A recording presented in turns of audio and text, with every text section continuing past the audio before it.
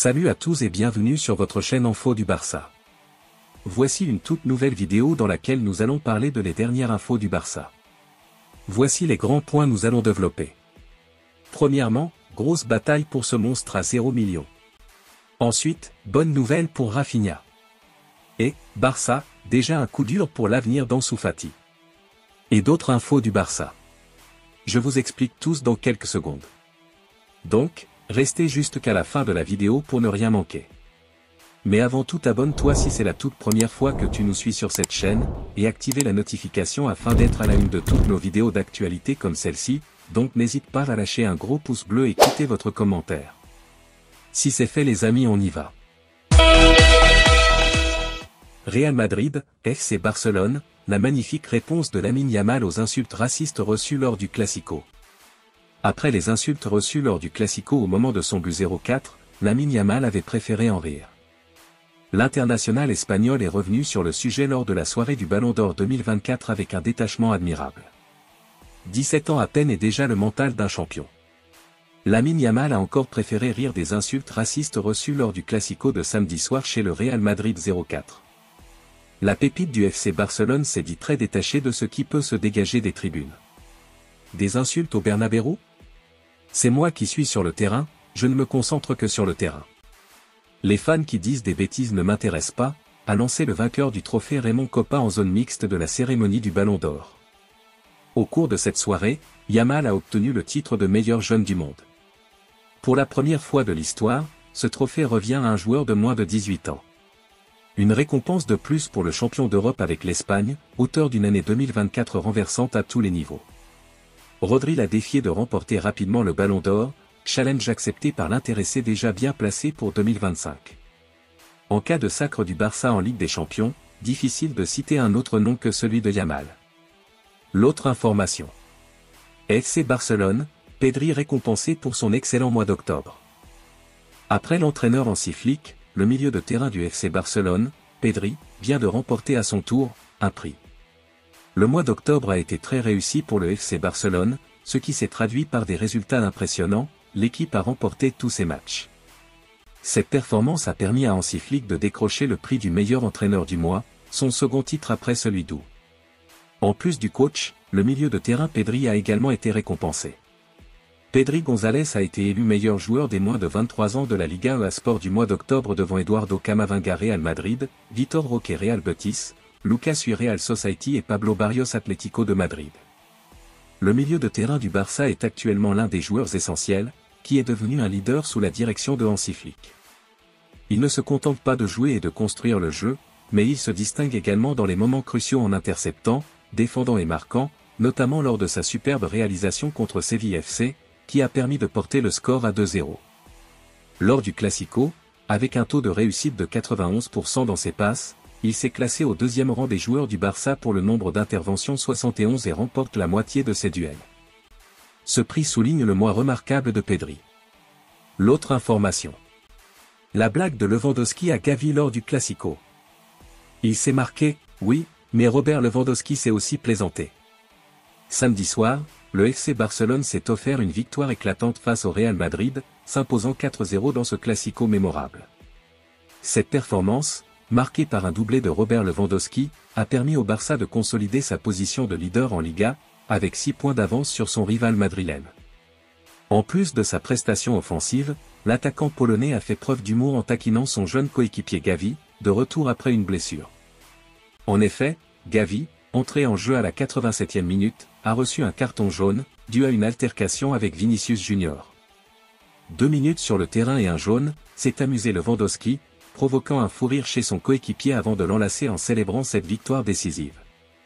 La performance de Gavi, bien que brève, a contribué à stabiliser le jeu défensif, freinant ainsi les dernières tentatives madrilènes.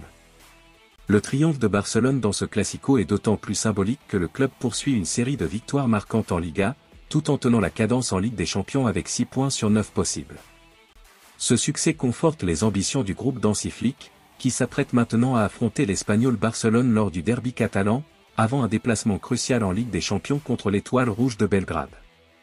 Entre ces enjeux sportifs et l'esprit d'équipe palpable, comme en témoigne l'échange complice entre Lewandowski et Gavi, le Barça semble déterminé à marquer la saison de son empreinte.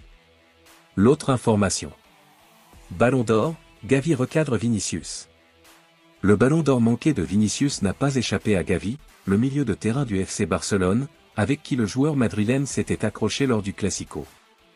La dynamique entre Gavi et Vinicius Junior n'est pas des plus chaleureuses. Cela s'est révélé lors du dernier Classico. À la 87e minute, avec un score de 4-0 en faveur du FC Barcelone, Gavi et Vinicius ont eu un échange. Gavi a montré 4 doigts pour signaler le score, ce qui a déplu à Vinicius.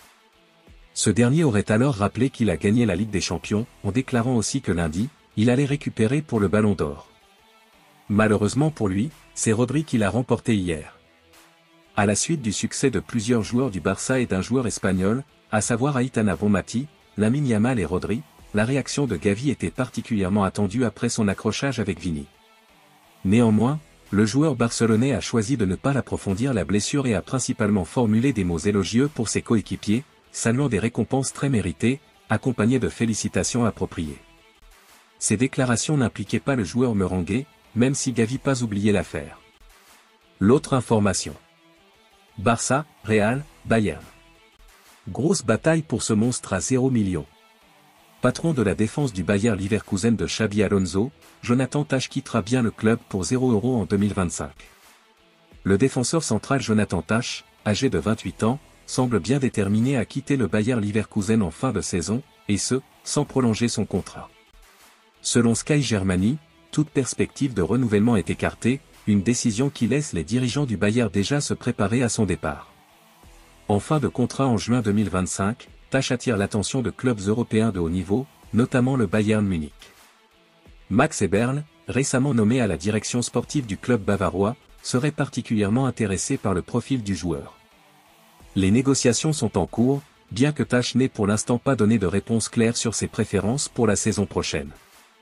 Outre le Bayern, d'autres clubs européens surveillent également sa situation avec attention, comme le Real Madrid et le FC Barcelone. L'autre information. Bonne nouvelle pour Rafinha. Une bonne nouvelle concernant le contrat de l'ailier brésilien du FC Barcelone, Rafinha est arrivé. Actuellement considéré comme l'un des joueurs les plus en forme de l'équipe de Flick et d'Europe, Rafinha attire l'attention sur son contrat, lui qui était autrefois pressenti pour quitter le club. Avant son départ pour la Copa América, le Brésilien avait précisé qu'il ne partirait pas du FC Barcelone à moins d'y être contraint par la direction. Malgré les rumeurs de transfert et l'éventuelle arrivée de Nico Williams pour le remplacer, Rafinha est resté ferme. Aussi, avec les difficultés financières du club l'empêchant de recruter, l'ailier du Barça est finalement resté et a rapidement changé la dynamique. Avec Yamal et Lewandowski, il forme désormais un des tridents offensifs les plus efficaces d'Europe, tandis qu'une incertitude plane sur son contrat qui court jusqu'en juin 2027. Les prétendants intéressés par Rafinha ne mettront pas longtemps à revenir à la charge. L'été dernier, Al Hilal aurait même proposé 100 millions d'euros pour le joueur, qui n'a pas accepté l'offre. Plusieurs clubs anglais, y compris Newcastle, se sont manifestés pour lui. Désormais, le FC Barcelone comprend l'importance de renouveler son contrat. L'ailier brésilien, qui a été un choix de Deco, a toujours affirmé vouloir devenir une légende du club et demeure fermement attaché à cette idée et est donc ouvert à un renouvellement de contrat. Il est soutenu par le directeur sportif du Barça, ce qui ne devrait pas poser de problème en cas de négociation de renouvellement. Cependant, d'autres contrats urgents, comme ceux de Araujo et Frenkie de Jong, doivent d'abord être réglés, car leur échéance est en 2026, avant de s'occuper de la situation de Rafinha. L'autre information. Barça, déjà un coup dur pour l'avenir d'Ansu Fati. De retour au Barça cet été, Ansu Fati ne parvient pas à entrer dans les plans d'Hansi Flick. Ansu Fati est à un tournant décisif pour son avenir au FC Barcelone. Avec peu de temps de jeu et sans perspective d'intégrer les plans de l'entraîneur, il est face à une décision clé.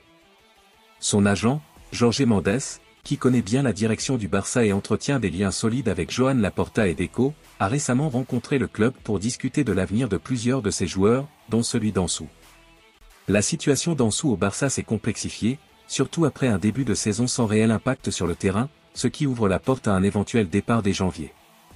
Mendes a confirmé avec le club que, bien qu'Ansu ait eu les mêmes chances de prouver sa valeur que ses coéquipiers, il reste en dehors des choix principaux de l'entraîneur, comme l'expose Sport. Le FC Séville, dont les relations avec le Barça sont tendues, a pourtant manifesté son intérêt, voyant en Ansu un renfort potentiel pour son attaque. Le coach du Séville, Garcia Pimienta, continue de maintenir le contact avec le joueur et se montre optimiste sur la capacité d'Ansu à apporter un nouveau souffle offensif. Mendes explore également d'autres options de club pour le joueur, laissant la décision finale à Ansu. Le Barça, sans insister sur un départ, faciliterait une cession temporaire pour permettre à Ansu de continuer à jouer et à progresser. Merci de l'avoir suivi, n'oubliez pas de s'abonner et d'activer la notification pour ne pas rater aucune de nos prochaines vidéos et quittez votre like pour plus d'encouragement. Merci, à bientôt.